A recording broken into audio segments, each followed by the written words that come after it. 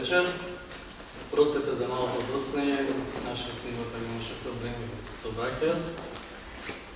Денес доколку не снимиш, исто како да не се одржа настава. Односно, колку не го ставиш на Facebook или на социјални медии. Шала на страна, добро вечер уште еднаш. Само што не видам што да снима ако нема настава. Тоа уште да. Ако почне видајте. Точно. Ви благодарам за присуството. Денес сме собрани на еден специјален настан, односно промоција на книга на нашата колешка магистер Ана Петровска, односно незината прва книга во теоретската сфера, меѓутоа има неколку во областта на поезијата, тоа е стабилните на развој на личноста во философијата на Сорен Киркегор.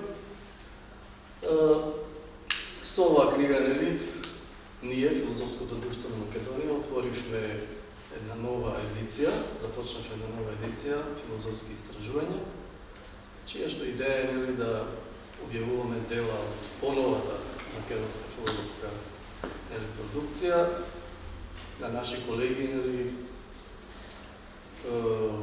кои што спаѓаат во сферата на истражувања по, да речеме, магистерски или докторски одбраните, но не само така на книги, односно истражувања. Вечерва наши промотори на оваа публикација се професор доктор Јовор Цицуловски, нашиот професор, повеќе тука од нас, и магистер Верица Костов. Без јас многу да должам, сега ќе дадам избор со само неколку напомени околу процедурата, односно протоколот, подосна, доколку сака, се надевам дека сакате, се обрати авторот, односно авторката, а на крајот од настанот е предвиден коктел, па повелете да се дружиме и на тој начин. Пролете. Ние сме сега. Повелете.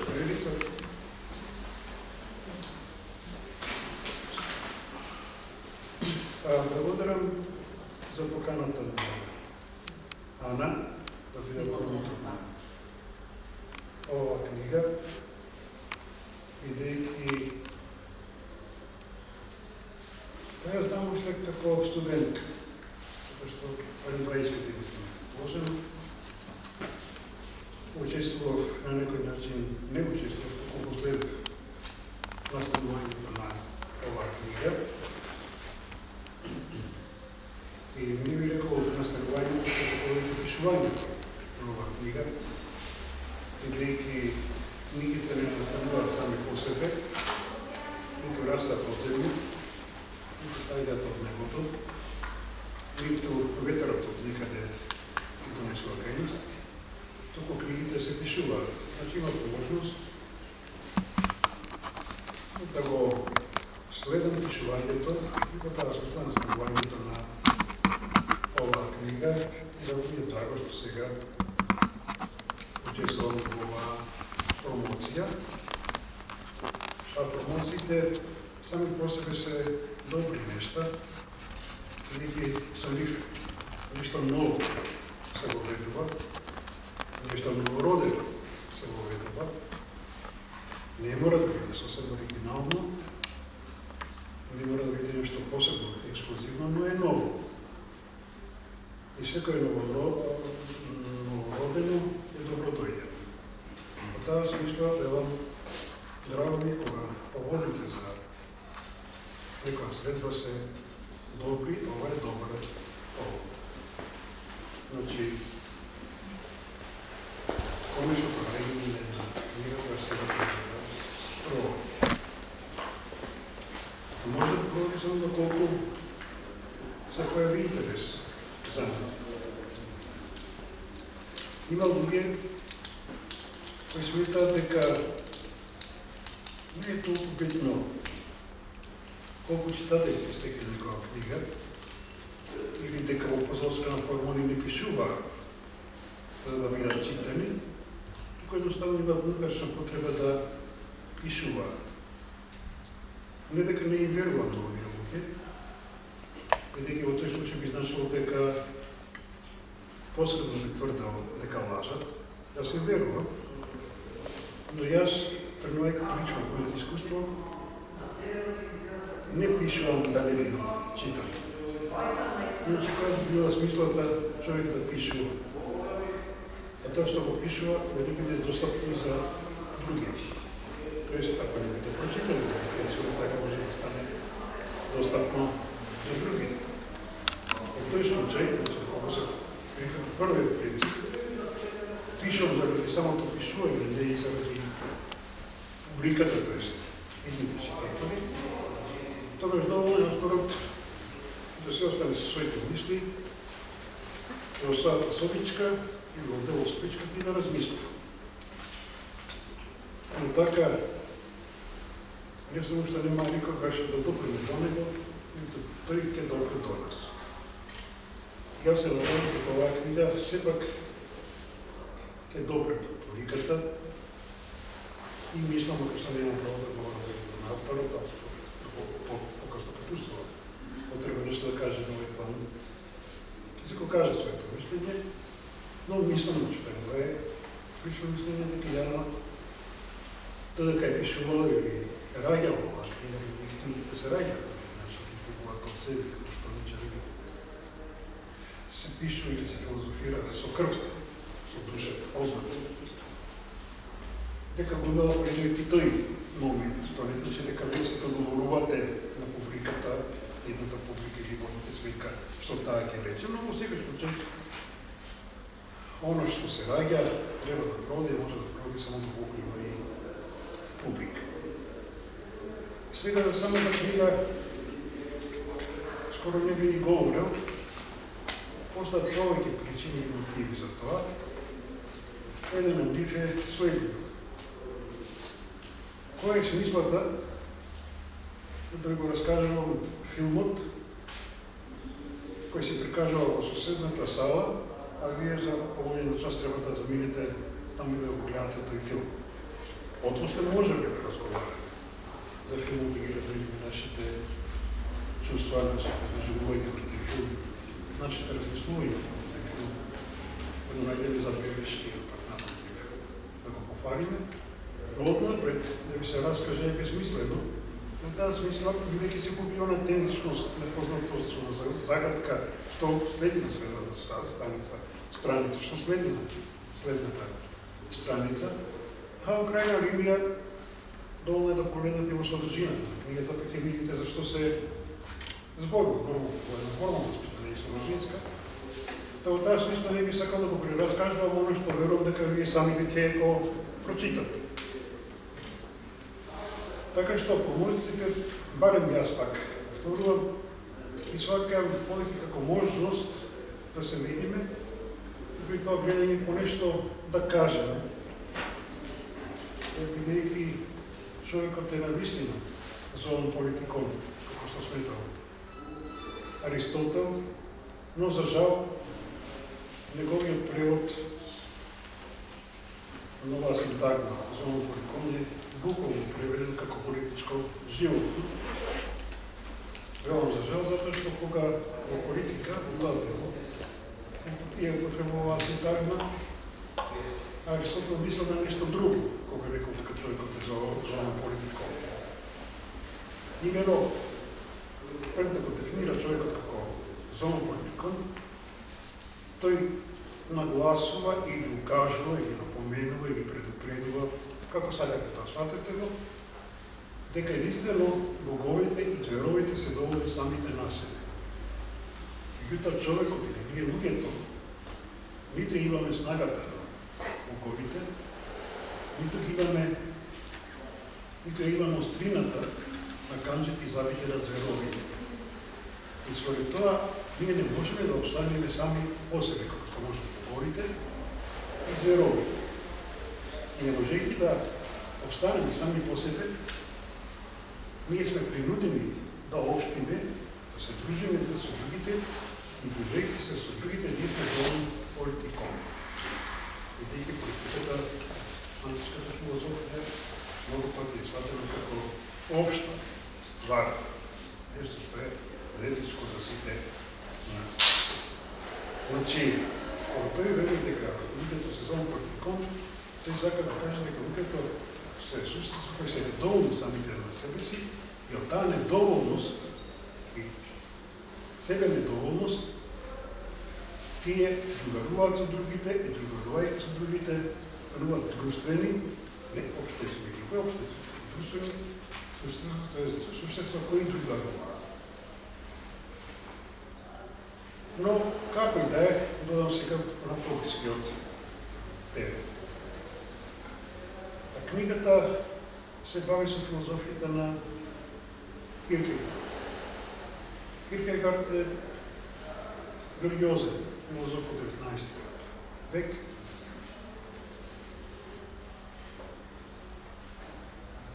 Кој има оставено големо влијание врз подослежните мислители.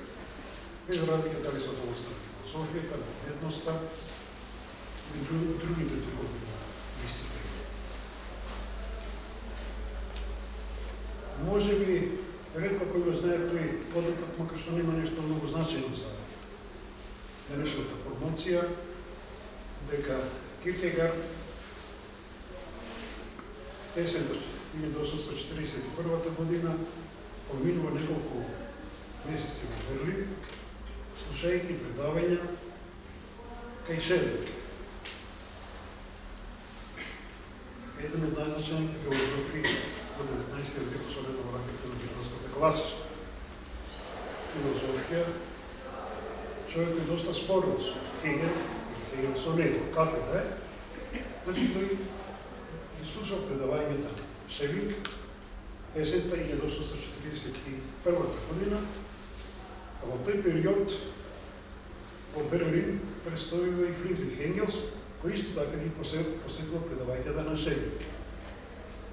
Сега ова полема може би во доменот на спекулациите, ова е фактографија, дека во тој период они се ги посетуваат предавањата на Шелинг. Во сферата на спекулацијата може би се нагаѓањата дали тие меѓу себе се познавале, значи Киркегард и Енгелс, дали го нешто се согласувале или не се согласувале, воопшто какви биле односите, но како и да е, без разлика дали имале личен контакт или немале личен контакт, е најасно дека тие припаѓаат на две сосема различни филозофски ориентации. Хегел односи се на Киркегард, припаѓа на религиозната филозофија, религиозните филозофии. Религиозен филозоф дека Енгел се нагласа на атеистички филозоф. Енгелс до крајот од својот живот се чувствувал хегелијанец и покрај тоа што многу пати и во многу своји дела ја критикува Хегеловата филозофија, но во основа се смета за хегелијанец. Наспротив на Киркегард, кој смета дека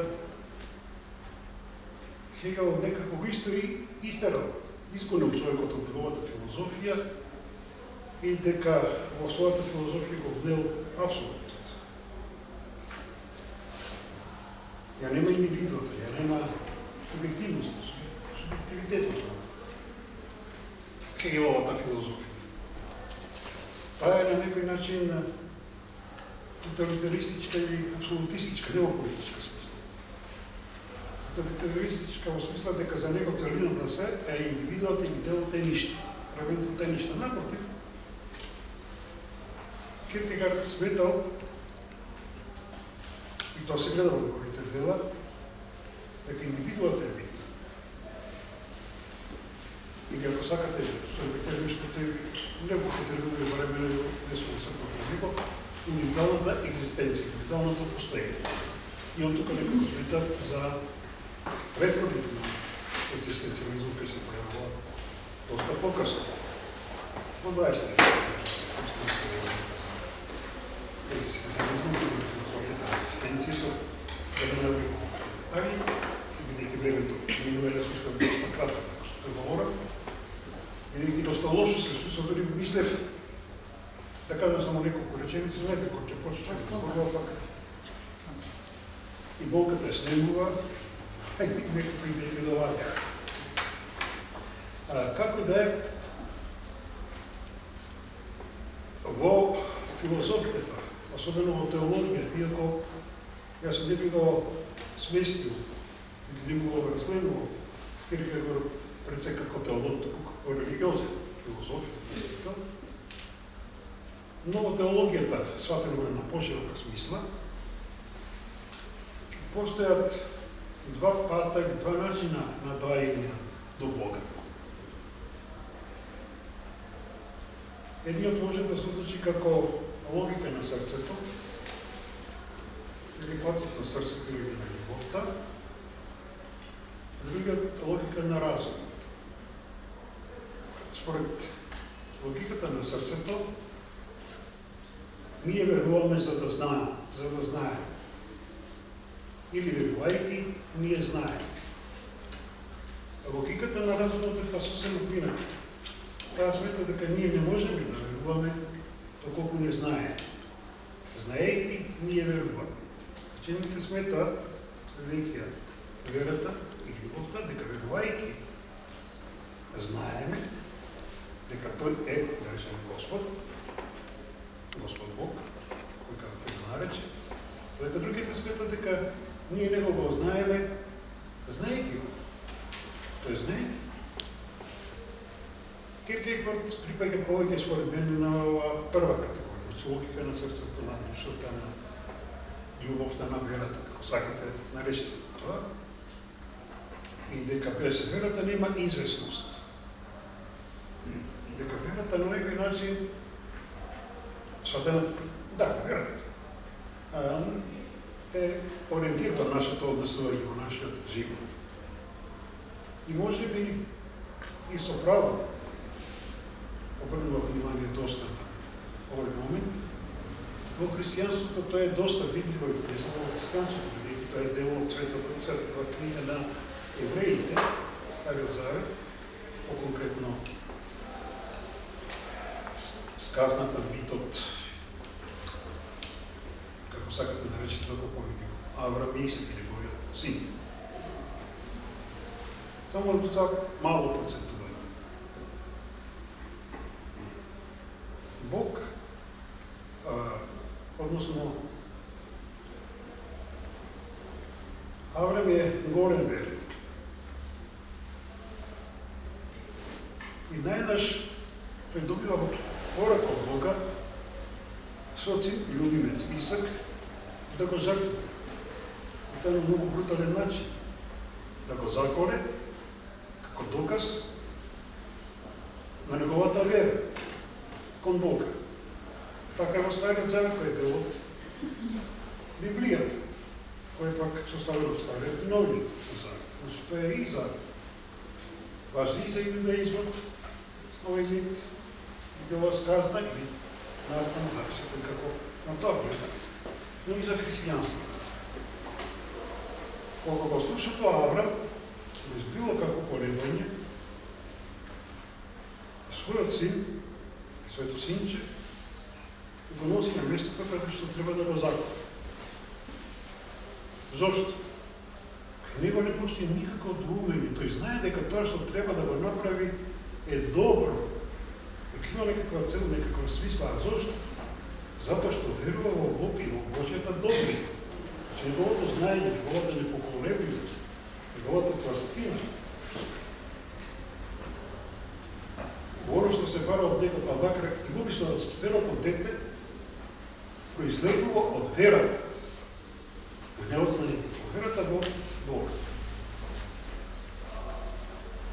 И пред да го направи конечниот или финалниот чин, да го заколе својот син, тогаш Бог вели, јас се верив дека веруваш. Нема потреба да го направиш тоа. Меѓутоа, оно што е битно, и со тоа полека привршувам, иако пак многу повеќе говорим од кога што мислев. Еве ги на некаде, тука може да се насетат корените на екзистенцијализмот. конкретно на Жан-Пол Сартр, кој сметал дека луѓето сме апсолутно слободни, а слободата е во избор. Да бидеш слободен, тоа значи да избираш. А да избираш, значи да бидеш одговорен. Ти си тој кој бира. Според тоа одговорноста паѓа само на тебе, на никој друг. Ти можеш да речеш, тој ме посоветува така и така да направам или ми нареди. Не. Тој може би те посоветува и ти нареди, а макар и Бог, но ти си тој кој одлучува, кој ќе го направи тоа што од тебе се бара. Значи изборот е секогаш тој. Ти си секогаш слободен и не можеш да не бидеш слободен, тоест да не избираш. И не избирајќи сепак ти избираш на парадоксален начин. Си избирал да не избираш. И тоа е исто така избор. Според тоа, Сартр, анализирајќи овој дел од христијанството и јудаизмот, Аврам и Исак, вели сепак Аврам имал избор. Имал избор. И одлучил да го послуша. Сепак е тој кој одлучил да го послуша Бог. Така што сепак тоа влијание може да се осети на Киркегор врз екзистенцијален фертологија, прашањето на изборот, прашањето на слободата, слободниот избор, што значи слободната волја, или без слободна волја нема да слободен избор, и прашањето на одговорноста, која доведува до трепет. Веќе да бидеш одговорен, значи да трепеш. Бирајќи го Бог и орат, вие заправо бирате и за другите, или избирате и за другите. Да се послушам со еден сосема прозаичен пример. Одлучувам да се самоубијам. Со тоа сум одлучил моето семејство би ги остало без мене, децата без нивниот татко, сопругата без нивниот сопруг, моите пријатели без нивниот пријател, моите родители, доколку би биле живи, без нивниот син. Избирајќи, јас одлучувам и за другите. И според тоа јас сум одговорен пред другите. И ставам пред таа дилема да се самоубијам или не. И стоејќи таа одговорност во мене се раѓаме трепет. Оно возбуденост. Не тоа обична анксиозност од секојдневниот. Бирајќи за себе си, не бираме за другите. Дали ќе ги оставиме без нивните родители, без нивните сопружник или сопруга и да не дошла. Според тоа, тука се загатнати во оваа книга многу интересни моменти. И јас мислам дека Ана веројатно ќе продолжи понатаму во оваа насока, бидејќи некои велат дека луѓето секогаш тие што пишуваат една иста книга, само во различни варијанти, во различни излања, како што и режисерот снима еден ист филм цел живот, како што и ние живееме еден свој живот. Ние друг живот. Нашиот живот е само наш живот, колку не се облагаме, па некако да го рационализираме и да најдемо на дојде надвор од себе си.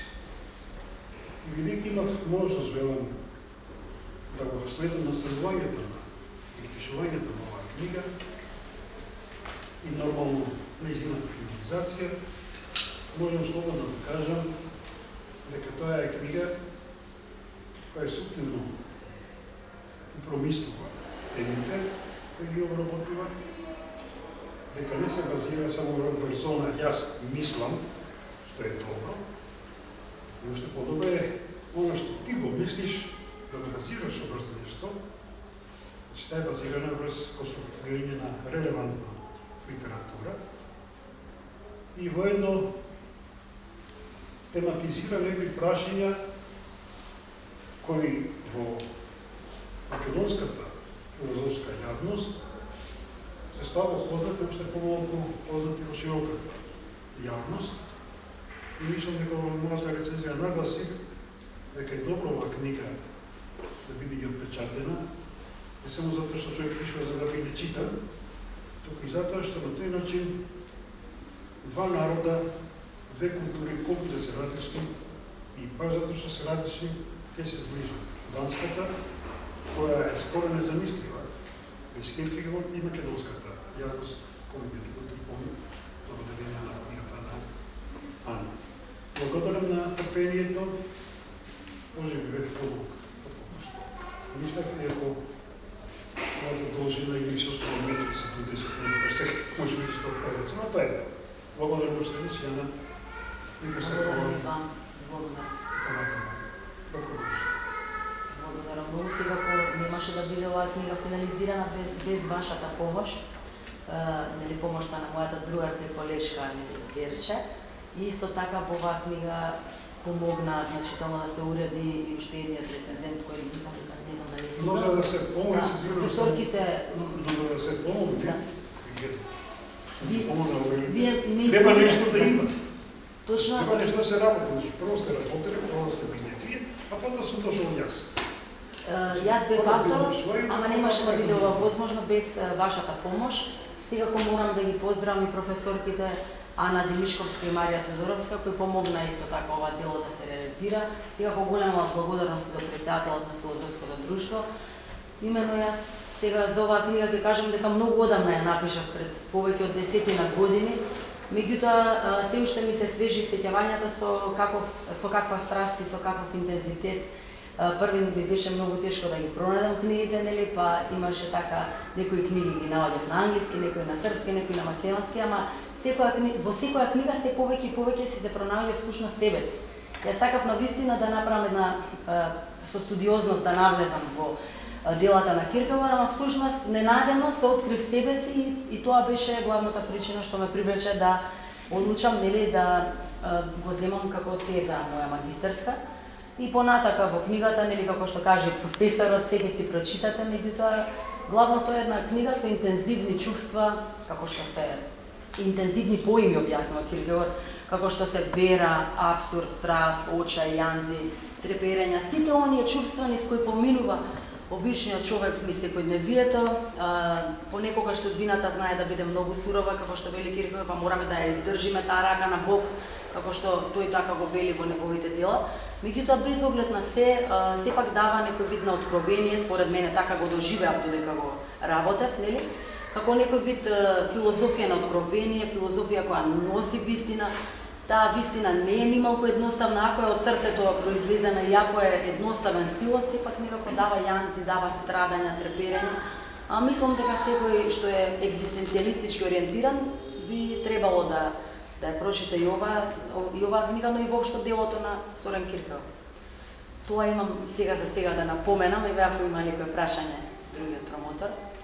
Секако голема е благодарноста што воопшто дојдов до него, затоа што, како што кажав, си одгатнав многу некои мои вистини, филозофски вистини, јанзи, треперења и така натаму.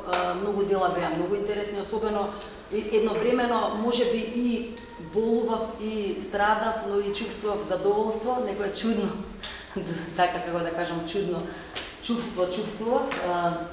Кога ја читав книгата Страф и треперење и болесна смрт, тие мислам дека најтешко совладав и оставија голема трага понатака врз мојот развој. Така што мислам дека тие две приказни, иако се наведом едноставни, секој го прочитал, нели, секој кој го прочитал Стариот Завет на тие приказни наишол, меѓутоа се многу моќни кога се презентирани од страна на Кierkegaard, некако така како да не влече, за повторно да ги препрочитаме и да можеме да извлечеме некој добар заклучок во однос на тоа. Значи, како што ќе кажам пак, малце предодговор, тоа, само сакав да кажам дека сум се разбрала преку Кierkegaard себе си. Толку. Ја покажам сега веќе се постава во својот промоцијата да го реализира во подос на Ана ќе даде збор, макар што таа мислам дека веќе го помина при својот. Добро вечер на сите, ви благодарам што дојдовте во толков број. Тоа е знак дека се уште има интерес за филозофијата во вакви времења.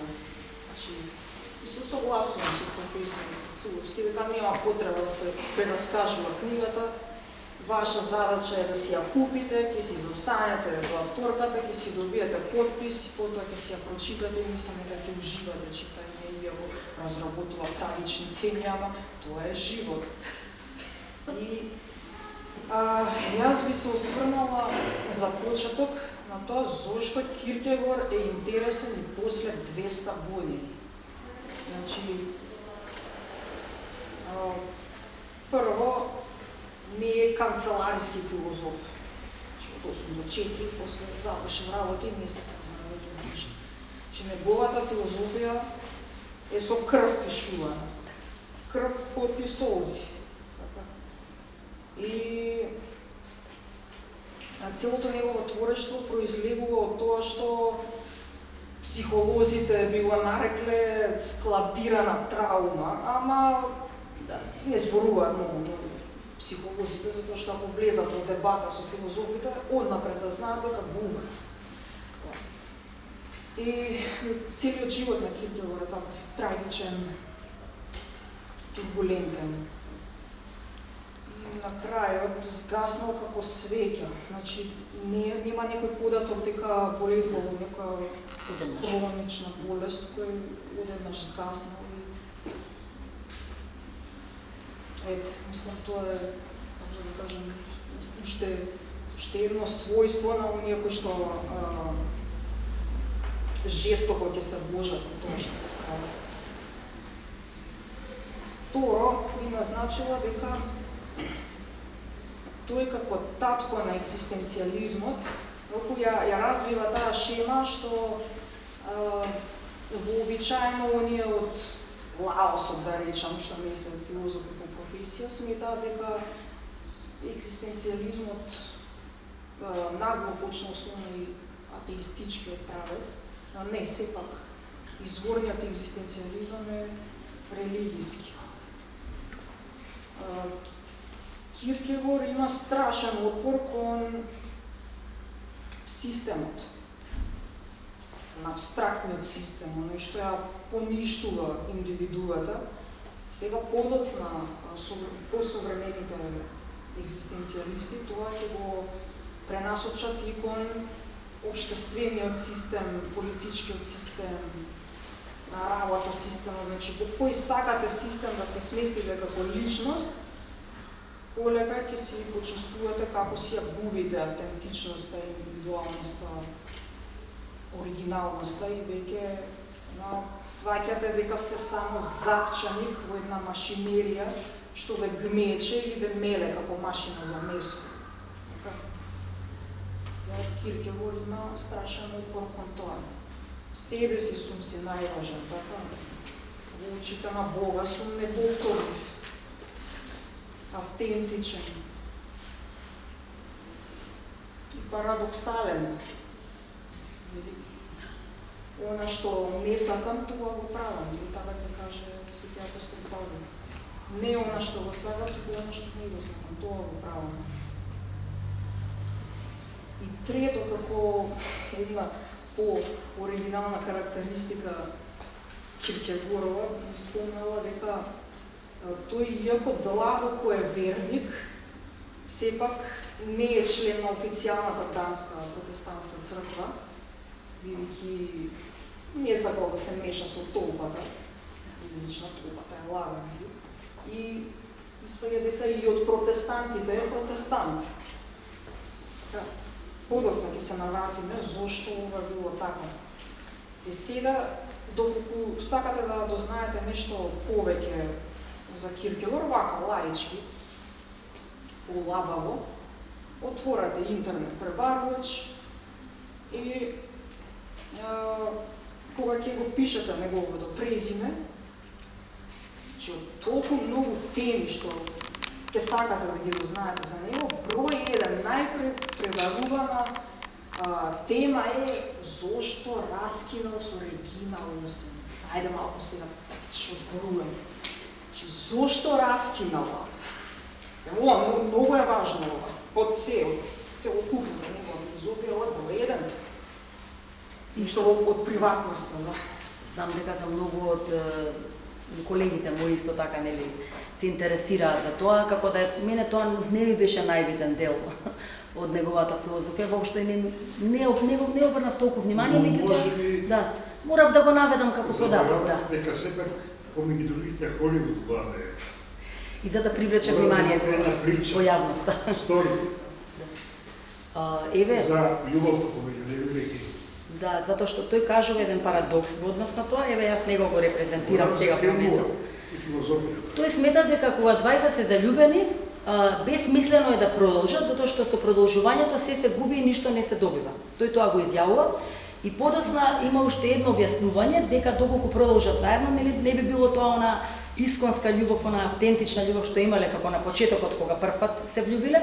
И второ, Регина Олсен има многу подлабоко значење во неговиот живот, заради тоа што тој ја поистоветува, ќе најдете тука цитати во делото, дека тој вели дека Регина всушност во неговиот живот таа е како нели Аврам што го жртвува својот син Исак, така и тој смета дека треба да жртвува неа со цел за да може нели да го даде на Бог најдоброто, а најдоброто во неговиот живот била токму таа музата негова, девојката која сакал, ја поканил всушност да му ја раскинал свршувачката за да се зачува љубовта. Тоа е тој парадокс што многумина не може да го сватат и можеби некој ќе кажат за Киркегор дека не е во право, дека всушност девојката била во право. И на моменти јас така размислував дека можеби на вистина тој бил некој така можеби поагресивен тип или така самољубник, ама сепак од друга страна и ние гледајќи низ емоционалните односи, на вистина ако премногу се препуштиме на страстите, можеби на вистина се губи. Од една страна го разбирам, од друга страна го осудувам. Еве, не знам, Верче, ти дали какво е твоето мислење во однос на...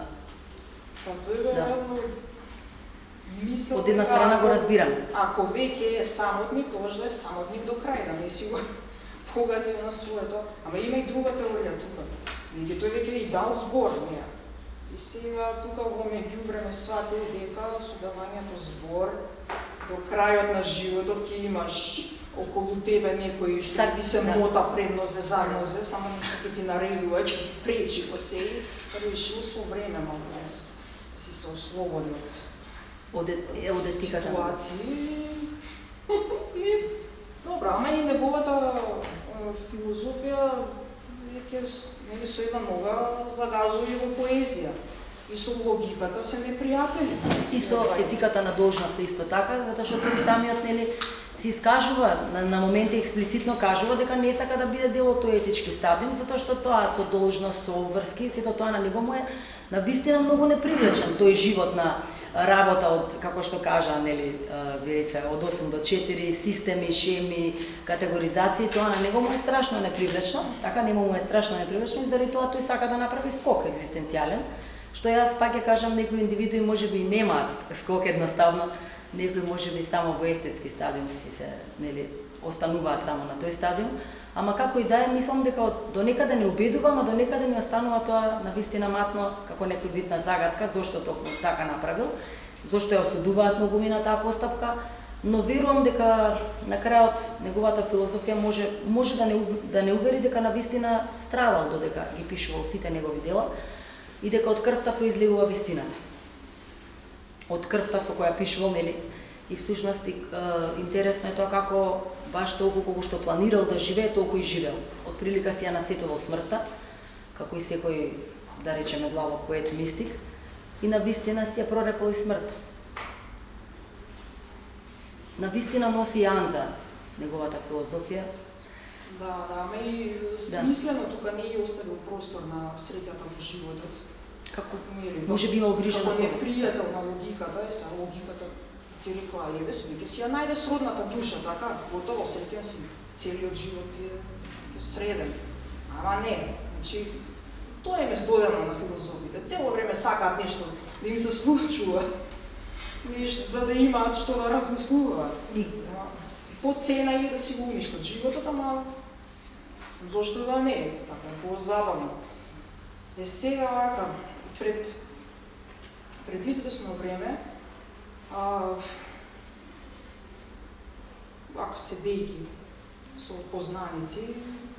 Јас не бев активен учесник во разговорот, остави другите да се разговарат и одеднаш така некако од една тема на друга, на трета, се скокаш и еден од учесниците во разговорот изјави: мене не ми треба религија за да бидам добар човек.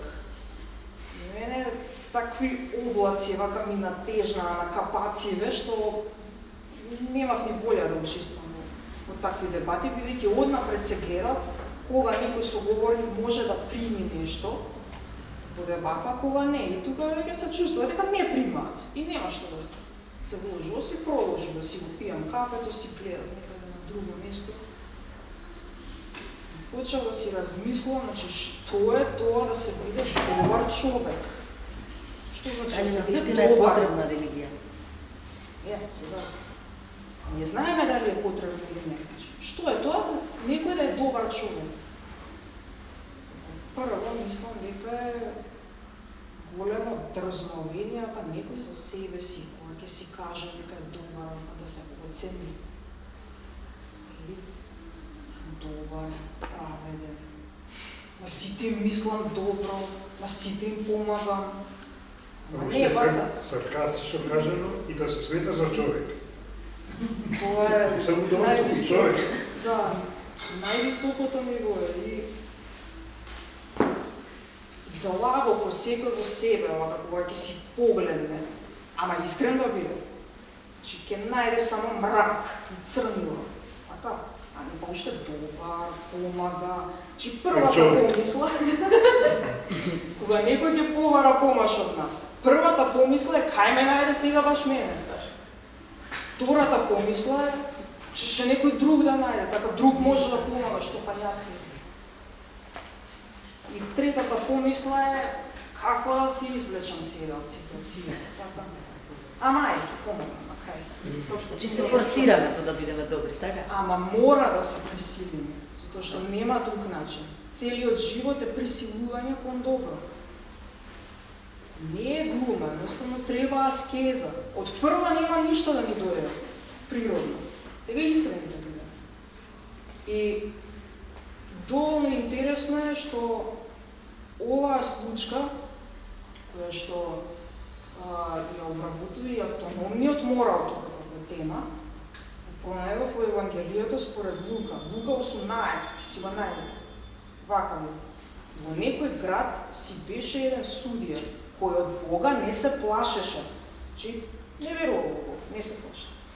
Ниту од луѓето се срамуваше. Значи, кој не се срами од луѓето? Што си мисли за себе дека е праведник, така? Во истиот град живееше една вдовица и доаѓаше кај него велејќи: заштити ме од мојот противник. Значи, имала него што ја напастувал за нешто, набарала заштита од судијава. И но тој за долго време не сакаше. Најпосле си рече во себе: иако од Бога не се плашам и од луѓето не се срамувам, но бидејќи оваа вдовица не ми дава мир, ќе ја заштитам, за да не доаѓа повеќе и да не ми додела.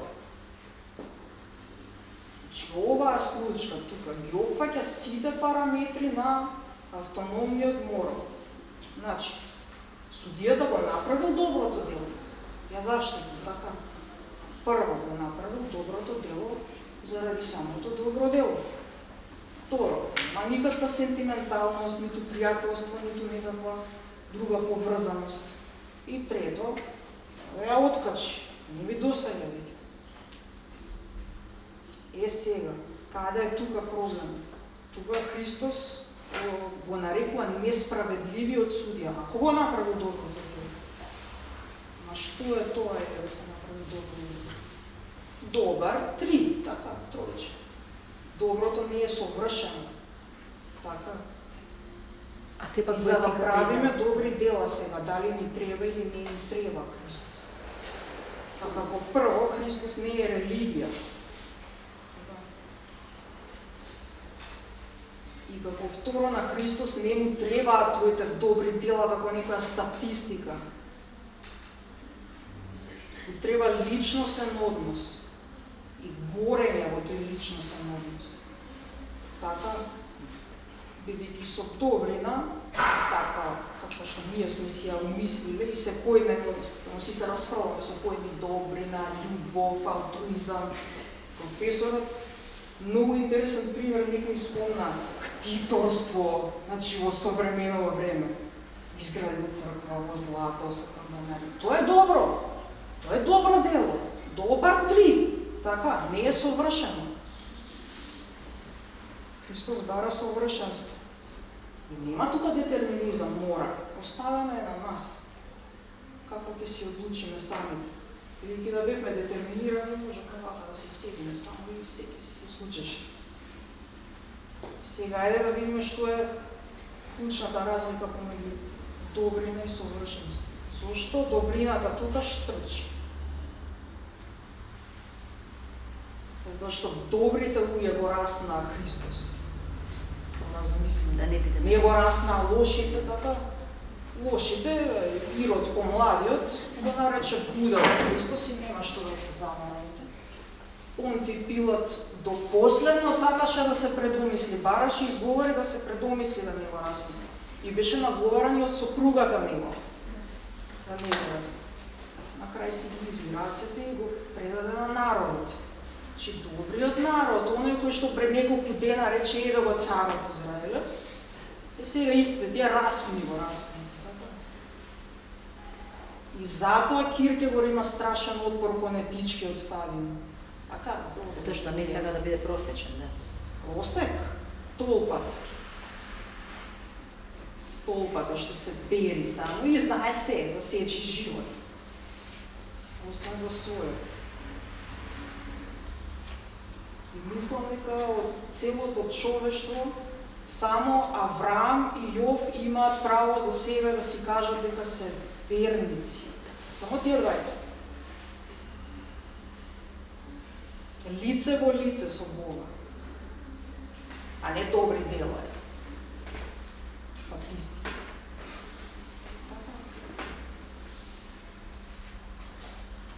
И етичкиот стадиум е тоа.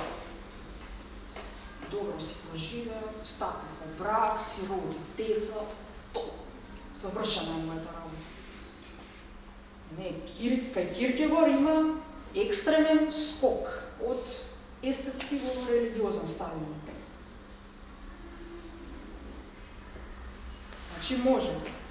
Да се биде индивидуа не е лесно, така? И не се многу луѓе индивидуи според Киркегор, нели? И не е доволно да се биде индивидуа, треба да се биде личност. Значи, се согласувам со тебе дека личностниот однос кон Бог, тоа е она што Бог го гледа. Доколку не гледа, нели?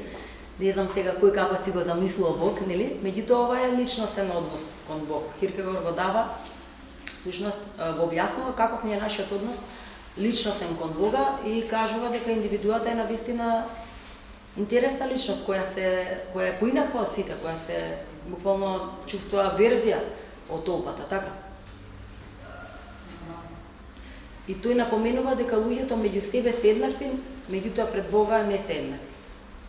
Односно не обратно, пред Бога се еднакви, ама меѓу себе не се еднакви. Извини, не размислам. Да, ама и Христос пред Бога се сите исти, пред Бога се сите исти, нема разлика помеѓу луѓето. И истовремено автентични, неповторливи. Пред Бога се сите, ама вака ако се погледнеме еден меѓу друг, тоа ќе најдеме мноштво разлики, нели? Па во тоа е љубовината. За да не се чувствува некој дека е, нели, премногу заслужен или треба да добие посебно внимание од Бог, а некој друг па да се чувствува понишен. Заради тоа треба да бидеме, нели, Бог ни дава на сите еднаквост. И на врвот има место само за еден, така? Ви благодарам за вниманието и доколку имате прашања во врска со Киркегоровата филозофија, Ана ќе ви одговори се. Па доколку се одговориме, тогаш ќе нема потреба да го прочитате делото. Така што јас мислам дека доста истрпно промоторите убаво значи го опфатија Киркегоровото дело, како што нели вие презентиравте, се работи за тие 3 стадиуми. Прочитате за да си најдете кој ви е омилен и нормално не вреди да се прочита Киркегор, бидејќи дава на вистина доста солидни објаснувања во однос на она што на сите нас Ни е битно тоа што е животот, со тоа прашање сите се занимаваме и доколку сакаме да дознаеме што е животот и сите тие чувства што проследуваат покрај животот, ќе си прочитате во делото. Ќе се обидеме да одговорим. Добро, позволете. Предпоставувам дека Ана својот дел кој што го планираше за крајот. Така не беше планирано непосредно да биде, да. Значи беше не планирано и не договорено во смисла на кој кога како зборува, но е да речеме тоа си имаше своја драж и Во кратка така малце дискутираме. да, барем јас одавна не сум присуствувал на промоција од ваков тип, што нели по возраст човек може да се изненади пријатно. Благодарам на сите, пред се на промоторите и на авторката Ана Петровска. Како што споменавме на почетокот, има малку подготвеност да продолжиме со ова дружење. И сега го беше спомната и книгата, таа се наоѓа тука во десниот агол. За 200 денари може да се купи, 300 денари книжарница, така да победите. Може се да напозна.